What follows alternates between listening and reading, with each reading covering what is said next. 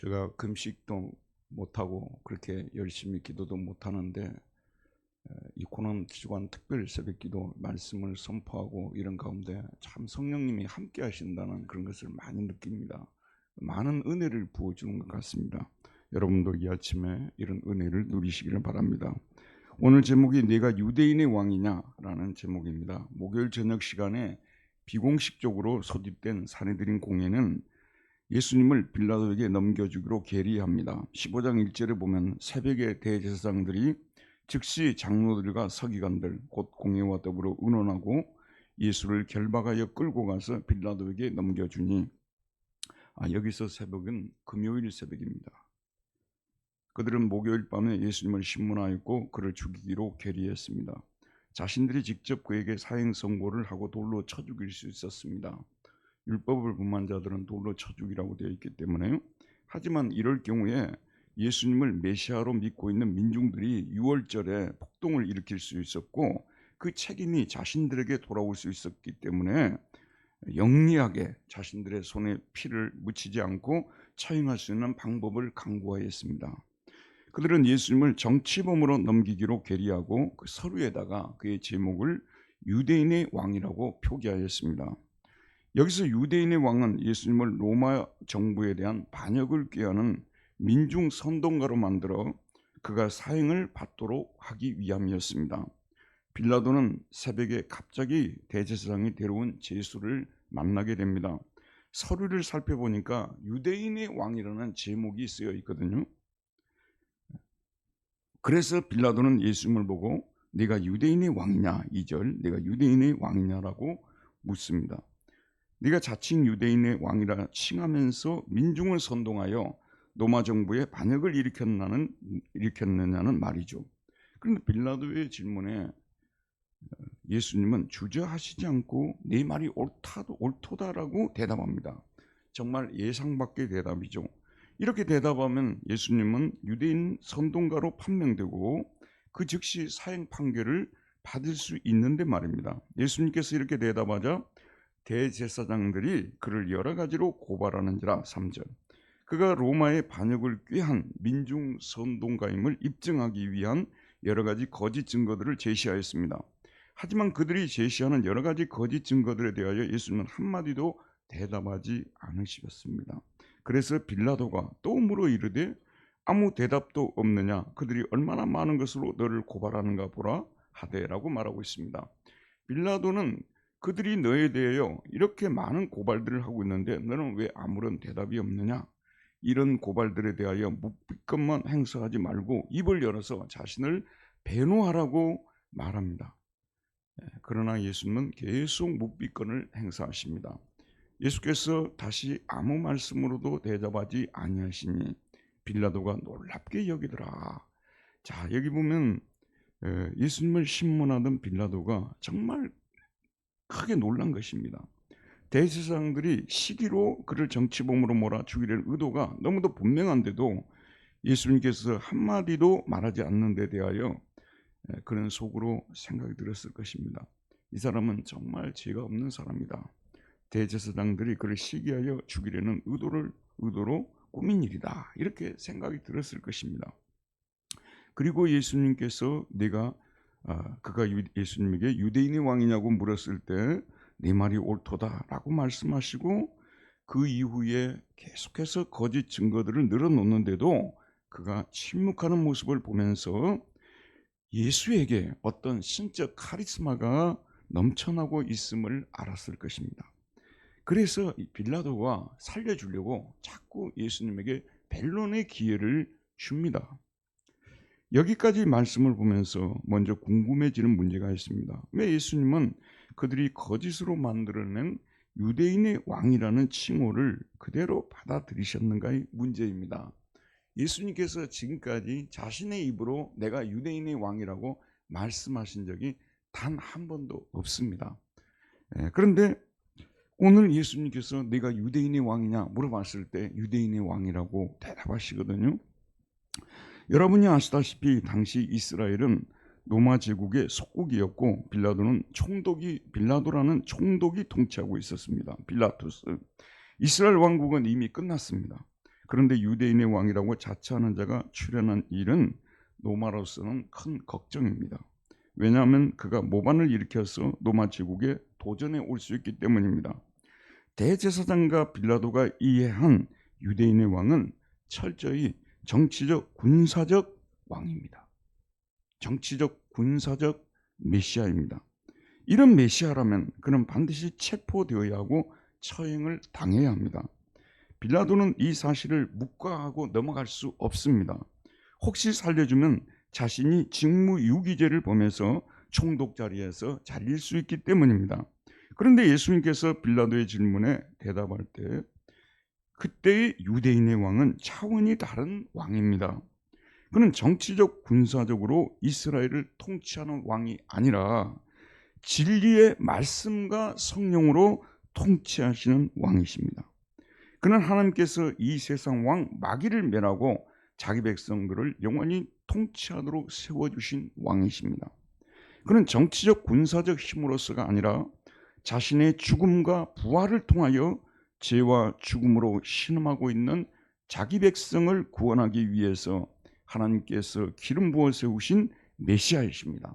구약 성경은 이런 메시아가 오셔서 다윗 왕국을 재건하고 그 나라를 지금부터 영원까지 통치하실 것이라고 나단 선지자를 통해서 사무엘하 7장에서 예언해주고 있습니다.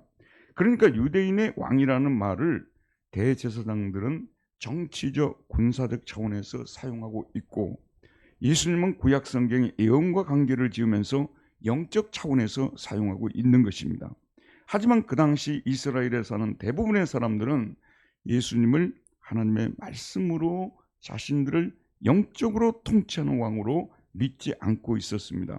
그들이 기다리던 왕은 정치적 군사적 왕이었습니다. 심지어는 예수님의 제자들조차도 예수님께서 돌아가시는 이 시점까지도 이런 왕으로 이해하고 있었습니다. 오직 예수님만이 자신이 그들이 바라는 왕과는 다른 차원의 왕이시라는 것을 알고 있습니다. 예수님은 진리로 백성들을 통치하시는 진리의 왕이십니다. 의와 공평으로 통치하시는 의의 왕이십니다. 여호와를 경외하면서 백성을 사랑으로 통치하시는 사랑의 왕이십니다. 그들의 육신만이 아니라 영혼까지 통치하시는 영혼의 왕이십니다. 그들을 지금만 아니라 영원까지 통치하시는 왕이십니다. 이런 차원에서 예수님은 진정한 유대인의 왕이시라는 것입니다. 하지만 대제사장들도 바리새인과 사두개인들도 그리고 민중들도 그리고 빌라도도 심지어는 제자들도 모두 예수님을 정치적 군사적 차원에서 유대인의 왕으로 부르고 있습니다. 우리가 살고 있는 21세기 지금의 상황도 이 상황과 많이 달라지지 않았다는 것입니다. 지금도 많은 사람들이 예수님을 죄와 죽음과 마귀로부터 우리를 구원하시기 위해서 오신 진리의 왕으로 받아들이지 않으려 합니다. 왕이 되려면 지력이든 무력이든 힘이 있어야 한다고 생각합니다. 그래서 그 힘으로 자신들을 무지와 가난과 위협하는 모든 세력들로부터 구원해 주기만 바랍니다. 하나님의 진리로 자신들의 영혼을 통치하는 왕을 바라지 않습니다. 우리에게는 영혼이라는 것이 있어요. 육신 안에 하나님이 창조해 주신 영혼이라는 것이 있는데, 여러분이 잘 아시다시피 유물론이라는 것은 영혼을 인정하지 않습니다. 심지어는 우리 영혼도 물질의 결합체로서, 화학 분자들의 결합체로서 보는 사상이 유물론 아니겠습니까? 오늘 우리 사회는 더욱더 유물론적 경향을 띠는 사회로 바뀌고 있습니다. 인구 절벽, 결혼 절벽 등의 사회 문제도 결국은 물질과 관계되어 있다는 것을 우리는 알고 있습니다. 그래서 지금 국회의원을 뽑을 때도 제일 중요하게 여기는 부분이 경제를 잘할 수 있느냐 문제 아닙니까? 이런 역할을 해주기를 바라고 이런 문제를 해결해 주는 예수라면 믿겠다고 말합니다. 예수님 당시 유대인들처럼 오늘 우리 한국 사람들도 정치적 군사적 왕을 원하고 있습니다. 이런 시대의 교회는 참된 복음을 전해야 됩니다. 무엇보다 예수님을 진리의 영으로 선포해야 됩니다. 진리의 왕으로. 반대하는 자들에게 십자가를 지음을 통하여 제국을 확장시켰던 로마 제국과는 다른, 반대하는 자들을 위하여 자신이 십자가에 못 박히면서 사람들의 영혼을 굴복시키는 그런 왕을 선포해야 됩니다. 여러분, 예수님은 유대인의 왕뿐 아니라 온 세상의 왕이십니다.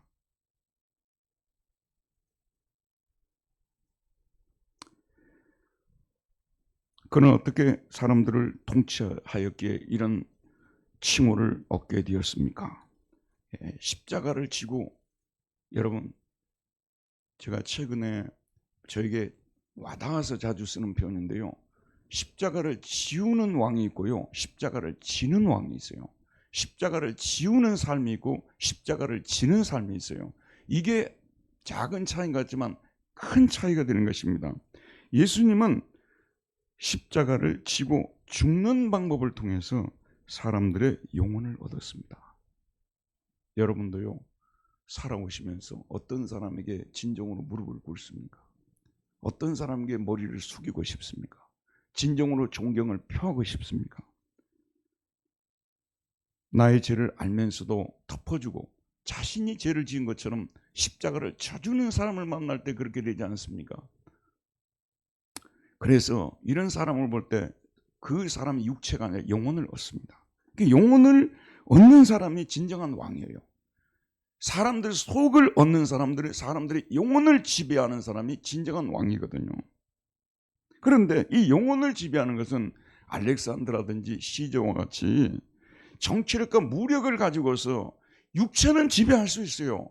하지만은 사람의 영혼은 절대 지배할 수 없습니다. 이런 세상의 왕들은 사람들 속에 숨어있는 영혼의 동의를 받아낼 수가 없죠. 예수님처럼 사람들의 죄를 대신 짊어져 주시고 대신 고난당해 주시고 대신 죽어준 사람만이 사람들의 영혼의 동의를 받아내고 그들을 진정으로 통치할 수 있습니다. 참된 유대인의 왕과 거짓 유대인의 왕을 가려내는 시금석은 십자가입니다. 예수님은 십자가를 피하지 않고 그 십자가를 지심을 통하여 진정한 유대인의 왕으로 등극하셨습니다. 여러분, 예수님께서 십자가에 죽으시고 돌아가신 후 3일 만에 하나님께서 그를 다시 살려주셨죠. 얼마 있지 않아서 40일 동안 이 세상에 계시고 성령을 보내주신 후에 여러분, 유대인 신자들이 얼마로 늘어납니까? 3,000명으로 늘어나고 5,000명으로 늘어나는 사도행전의 역사를, 그게 별로 시간적으로 따지면요, 그렇게 오래 가지도 않았는데 그 십자가를 지신 그분이 진짜 우리의 왕이었다는 걸 사람들이 알게 된 거예요. 지금까지 십자가를 지우는 유대인의 왕들은 진정한 자기들의 왕이 아니었다는 거예요. 모든 그 모욕과 멸시를 다 당하면서도 끝까지 진리를 가지고 도전하고 말씀으로 통치하고 영혼을 통치하려고 했던 그분이 진정한 메시아였다는 거예요. 우리가 먹을 것, 우리가 필요한 것들, 우리 배를 채워주고 노마의 식민지로부터 우리를 구해주고, 그런 왕이 진정한 유대인의 왕이 아니라 말씀으로 우리 속에 있는 것들을, 죄와 죽음과 원수의 손에서 우리를 건져주시고 하나님과 화목을 이루게 해주시고 진리로 살아가는 이것을 가르쳐 주시고, 그런 말 했다고 십자가에 못 박혀 돌아가신 그분이 유대인의 왕이라는 것을 너무도 빨리 사람들이 알아봐 버린 거예요. 여러분, 그러므로 우리 교회는 이 세상을 구원하기 위해서 십자가를 전하고 십자가를 지는 모습을 보여줘야 됩니다. 교회가 전해야 될 복음은 철저히 십자가를 지신 그분이 유대인의 왕이고 온 세상의 왕이고, 사도 바울이 이 사실을 깨달았을 때 경악을 금치 못했어요. 그는 지금까지 메시아상이 정치적 군사적 메시아상 아니었어요. 그런데 십자가에 못 박히신 예수님을 다마스커스 도상에서 만난 후에 완전히 변화됐지 않습니까? 그래서 그는 일평생 동안 십자가에 못 박히신 예수만을 전한다고 했어요. 다른 사람들은 다른 거 다 전하라는 거예요. 자기는 십자가에 못 박히신 예수만 전하겠다고 결심했어요. 저도 어느 순간부터요, 십자가에 못 박히신 예수만 전하기로 결심했어요. 그래서 여러분이 원하는 걸 다 만족시켜 드릴 수가 없어요. 저를 여러분들이 기억할 때는 그 목사는 와가지고 십자가 부활만 전하다 간 사람이라고 기억해 주신다면 저에게 영광이 될 것 같습니다. 왜냐하면 이것을 전하도록 이 십자가에 못 박히신 예수님이 우리의 진정한 왕이라는 것을 교회가 이것을 전해야 되거든요. 사도 바울이 그랬습니다. 유대인은 표적을 구하고 헬라인은 지혜를 찾으나 우리는 십자가에 못 박히신 그리스도를 전하니 유대인에게는 거리끼는 것이요 이방인에게는 미련한 것이로되 오직 부르심을 받은 자들에게는 유대인이나 헬라인이나 그리스도는 하나님의 능력이요 하나님의 지혜니라. 자, 여러분 저를 보시기 바랍니다. 인생이 힘들고 공고하고 이룬 것도 없고 실패했다고 생각하고 멸시당하고 사람들이 나를 알아주지 않고 내 상처를 누가 알까? 나라는 존재를 누가 인정할까? 그때 쳐다볼 주님은요, 그 이적을 많이 행하시고 막 귀신을 쫓아내시고 그런 예수는 우리에게 전혀 위로가 안 돼요. 나보다도 훨씬 의로우신 분이시고 죄도 하나도 없으신 분이셨는데, 능력으로 말하자면 출중한 분이셨는데 말없이 십자가 지시고 그 수많은 모욕과 멸시를 당하시고 고난당해서 죽으신 그분을 묵상하게 되면요, 위로를 받지 않을 사람이 없어요. 그래서 그런 사람들에게는 예수님은 진짜 희망이에요. 그런 사람들에게 십자가 복음은 정말 희망입니다. 그러나 그런 것들을 생각하지 않는 분들에게는, 다른 생각을 하고 예수를 믿는 사람들에게는요, 십자가에 못 박히신 예수님은 전혀 위로가 되지 않습니다. 이걸 마이동풍이라고 하잖아요. 도대체 내가 뭐 이런 것도 없고 내가 죄 지은 것도 없고 내가 고통도 없는데 이 고통당하신 예수님이 무슨 위로가 되겠습니까? 그래서 여러분이 인생에 정말 절벽에서 매달려 있는 것 같은, 아니면 어떤 어둠의 터널을 통과했던 그런 순간이 반드시 있어야 돼요. 그래야만 여러분이 십자가에 못 박히신 예수님을 만날 수가 있어요.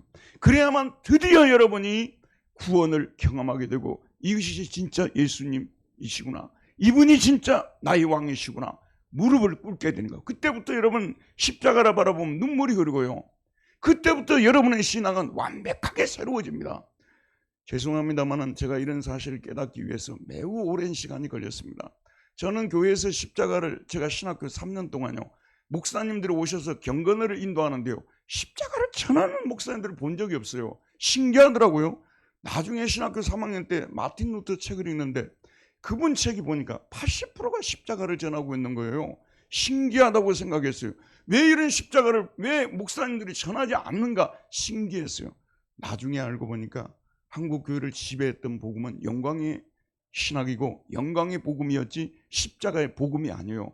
눌린 자, 갇힌 자, 없는 자, 고통당한 자들을 위한 복음이 아니라 예수님 오셔서 그런 것들을 다 해방시켜주고 다 그런 거 벗어나게 해주겠다는 그런 영광의 복음을 전하는 시대가 되니까 그런 말씀을 안 전했던 거예요.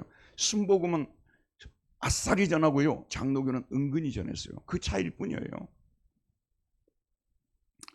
그래서 십자가를 전하는 교회가 되고, 두 번째, 십자가를 지는 모습을 보여주는 교회가 되어야 되는 거, 이건 너무나 중요합니다. 십자가 아무리 전하면 무엇입니까? 만나보니 겸손하지도 않는데요, 자기를 부정하는 모습도 없고 자기를 낮추는 법도 없고 자기가 손해보는 법도 없고 자기가 죽는 법도 없고 모두가 다 이겨먹으려고 하고, 이런 그리스도인들을 만나는데 이 십자가 복음 백날 전해도 이거 효과가 있겠습니까? 그래서 십자가의 복음을 전하는 사람들은 죽을 각오도 해야 되고 뺏길 각오도 해야 되고 모욕과 멸시를 당할 각오도 해야 되고 모든 것을 잃을 각오를 해야 되는 거예요. 그런 사람만이 십자가를 전할 자격이 있고요, 그리고 그런 교회가 될 때 우리 교회는 십자가의 교회로서 거듭나게 되는 것이죠. 진정으로 이웃에게 영향을 미칠 수 있는 교회가 되는 것이고요, 바로 이 십자가의 죽음 전하고 십자가를 지고 죽는 이 모습을 통해서 우리 이웃들에게 우리는 새로운 모습으로 다가갈 수가 있어요. 그리고 우리 이웃들에게 분명히 감화를 주게 되어 있습니다. 그리고 그 감화가 사람들의 영혼을 굴복시켜서 주님 앞으로 그들을 돌아오게 만들 수 있는 것이에요. 십자가를 전하고 십자가를 지는 교회가 되지 않으면요, 우리는 결코 이 세상을 구원할 수 있는 교회가 될 수 없습니다. 교회에서 말하기는 얼마나 쉬워요. 교회가 세상에 빛이 되고 등불이 되어야 되고 다 그러는데 우리는 여전히 영광의 복음을 전하고 있고 영광을 원하고 있고 우리를 이 무력한 상태에서 벗어나게 해서 찬란한 인생으로 만들어줄 그런 분을 우리가 바라고 있는데, 절대 패자가 되기를 원하지 않는데 그런 상태에서 세상의 영향을 받으라고 해도 받겠어요, 여러분? 오늘 우리 교인들은 저도 마찬가지고 여러분도 마찬가지고 만나는 사람들이 우리를 인정해주는 그리스도인이 되어야만 합니다. 그것이 우리의 목표가 되어야 되는 거예요. 네가 말 안 해도 내가 더 알아, 너 잘 알아. 너는 진실한 그리스도인이야. 이 말을 우리가 들을 수 있어야 돼요. 주변 사람들이 인정하는 사람들이 참된 그리스도인들이지, 내가 올바르다는 걸 인정하고 우리 교회는 이런 복음을 가지고 있다고 선포하는데 무슨 소용이겠습니까? 그래서 저와 여러분들이 도달하려고 애쓰는 이 부분은 십자가의 주님을 묵상하고 그분의 삶을 본받으려고 애를 쓰고요. 우리의 모습 속에서 언제든지 나는 버림받을 수 있고 멸시당할 수 있고 모욕당할 수 있고 내가 가진 모든 것들을 잃을 수도 있고 나는 언제나 패자의 자리에 설 수 있다는 이런 생각을 우리가 가지고 살아가고, 그런 정신 속에서 사람들을 만나고 대하고, 그렇게 될 때 우리는 영향력 있는 사람들이 되고 분당도의 교회가 세상의 빛이 되고 소금이 되자는 말을 하지 않아도 그렇게 될 수밖에 없는 교회가 되는 거예요. 제가 염려하는 바가 뭔지 아십니까? 사람들이 어쩌다가 우리 교회를 전도를 받아서 왔어요. 왔더니 뭐 세상에 다른 교회가 뭐가 차이가 있냐. 오면 뭐합니까 여러분? 사람이 교회에 오면 뭐합니까? 우리에게 그들에게 뭔가 줄 수 있는 것이 아무것도 없는데요. 우리의 모습들이 세상 사람과 크게 다를 바가 없는데요. 우리가 모습을, 이 사람들은 좀 새 사람들 같다. 이 사람들은 제네레이션이다. 이런 인간들이 어디서 왔느냐. 이런 소리를 들을 수 있을 만큼 십자가에 못 박히는 모습, 우리 자신이 철저히 지고 패하는 모습, 져주는 모습, 여러분 타인의 죄까지도 나의 죄인 것처럼 받아들이는 모습, 관용하고 포용하는 이런 모습, 이런 결국은 기독교의 신앙에 있어서 중요한 것은 존재의 변화입니다. 여러분 늘 쓰는 말이 있지 않습니까? doing보다 더 중요한 게 being이라고요. 우리 자신들이 십자가의 인간으로 변화되어지면, 그래서 예수님이 이 빌라도의 법정에 섰을 때 신문하다가 이 사람을 보라라 에케 호모라는 유명한 말 썼지 않습니까? 사람들이 저와 여러분을 보고요, 이 사람을 보라, 뭐가 다르다는 거예요. 이것이 세상을 구원할 수 있는 능력인데 우리는 자신이 변화되지도 않고 죽으려 하지도 않고 그러면서도 자꾸 세상에 가서 무슨 빛을 발하려고 한다고 말이에요. 그게 됩니까 여러분? 안 되는 거예요. 제가 이제 사람들하고 무슨 운동 같은 걸 해보잖아요. 한 몇 개만 쳐보면요, 그 사람의 실력을 금방 알 수가 있어요. 사람도 몇 번만 만나보면 이 사람 속에 그리스도가 있는 사람이 없는 사람이 보여요, 안 보여요? 다 보이는 거예요. 그래서 내가 하나님 앞에 어떤 존재가 되려고 돼야 할 것인가, 거기에 대해서 우리 신경을 곤두서고 애를 쓰고 날마다 자신을 굴복시키고, 언제든지 나는 이 세상에 무명한 자가 차라리 돼버려요. 나는요 가끔가다 여러분이 그 믿거나 말거나 하는데요, 이 동네를 돌아다니면서 저를 아는 사람이 거의 없어요. 문건산 옆에 있어서 잘 안 부딪히니까. 근데 그것이 그렇게 행복할 수가 없어요.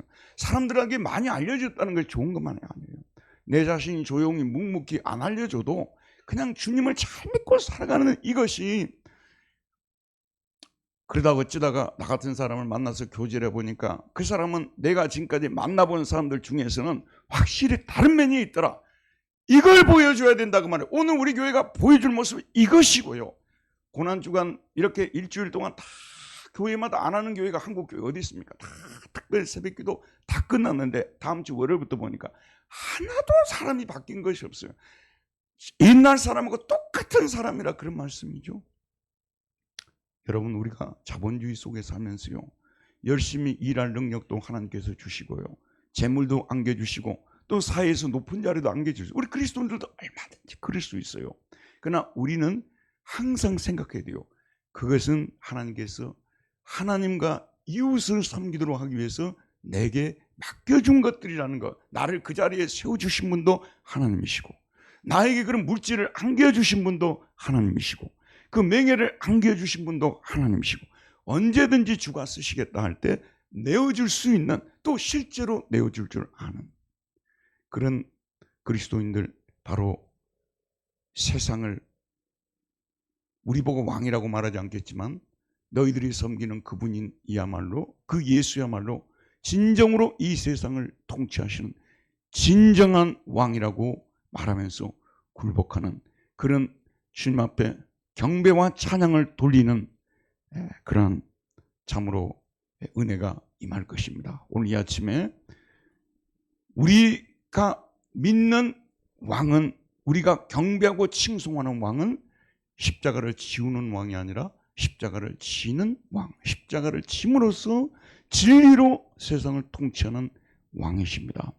우리 주 예수님 앞에 오늘 이 아침에 우리의 진정한 진리의 왕 앞에 우리가 무릎을 꿇고 찬양과 경배를 돌리고 이제부터 이 진리를 십자가의 도를 전하는 그리스도인들이 되게 해달라고 기도하시고 내 자신이 십자가를 지고 언제든지 모욕과 멸시와 이런 모든 십자가로 인해서 주어지는 불명예들을 기꺼이 감수할 수 있는 그런 그리스도인이 되게 해달라고 이 시간에 우리 3분 동안 하나님 앞에 통성으로 기도하도록 하겠습니다.